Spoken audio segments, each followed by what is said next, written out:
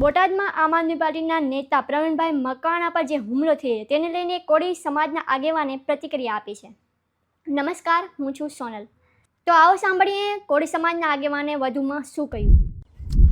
જય માન દાદા, જય વિલનાથ। સૌપ્રથમ તો સોશિયલ મીડિયાના તમામ મિત્રોને પિન્ટુ કોળીના નમસ્કાર।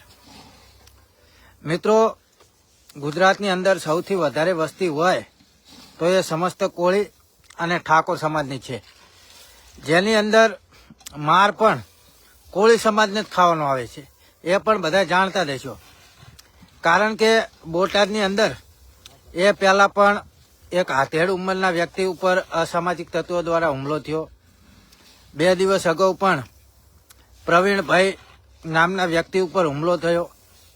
હવે પ્રવીણભાઈની વાત કરીએ તો એની અંદર વાત એવી છે કે જે તાલુકા પંચાયત એ લડ્યા એની અંદર અમુક અસામાજિક તત્વોને એવું હતું કે અમારા બાપની પેઢીઓ હાલે છે, એટલે કે કાયમિક માટે અમે ત્યાં ડેલિગેટ ચૂંટાઈએ, એક પ્રતિનિધિ તરીકે ચૂંટાઈએ।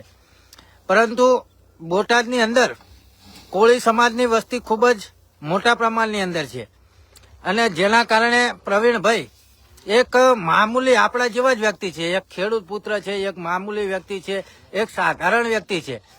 એમને લોકોના પૂરતા પ્રમાણની અંદર પ્રેમ મળ્યો, સાથ મળ્યો, સહકાર મળ્યો, અને એમને એક તાલુકા પંચાયત લડવાનું નક્કી કર્યું।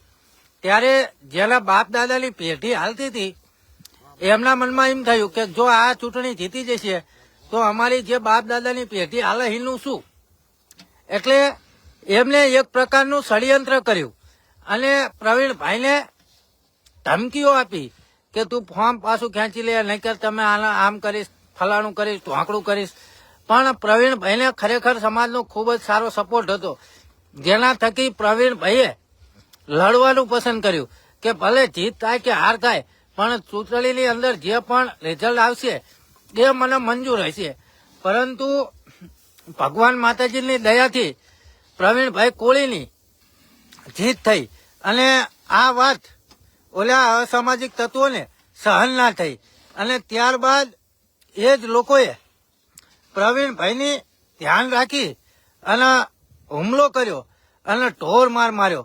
આજે સબીરા હોસ્પિટલની અંદર પ્રવીણભાઈ એડમિટ છે, અને ખૂબ જ મોટા પ્રમાણની અંદર ઘણા બધા 4-5 વ્યક્તિઓ થઈ અને હુમલો કર્યો છે, જેની અંદર પોલીસ કેસ પણ દાખલ કર્યો છે, એફઆઈઆર પણ દાખલ કરી છે।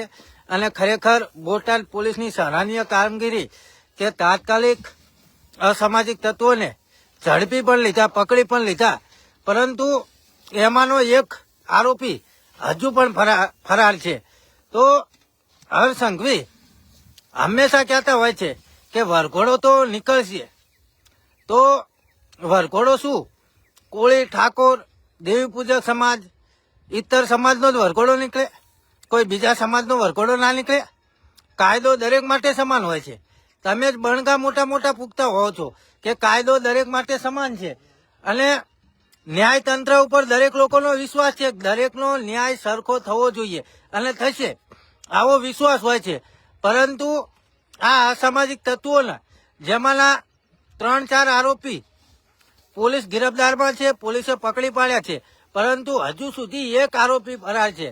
ત્યારે યુવા કોળી એકતા સંગઠનના રાષ્ટ્રીય અધ્યક્ષ એવા ચિરાગભાઈ ઝાલા તથા સમગ્ર એમની ટીમ સાથે હું ત્યાં, સમગ્ર એમની ટીમ કાલે સબીરા હોસ્પિટલ બોટાદ ખાતે પ્રવીણભાઈની મુલાકાતે આવવાના છીએ, અને ત્યાંથી એસપી કચેરી સુધી સમસ્ત કોળી અને ઠાકોર સમાજની ન્યાય યાત્રાનું પણ આયોજન કરવામાં આવ્યું છે।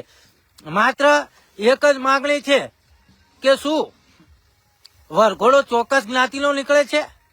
અને ખરેખર જો એવું ના સાચું હોય તો કાઢો આ અસામાજિક તત્વો। અસામાજિક તત્વો એટલે કે જે એનો કોઈ સમાજ હોતો નથી, જેના કારણે એમને અસામાજિક તત્વો કહેવામાં આવે છે।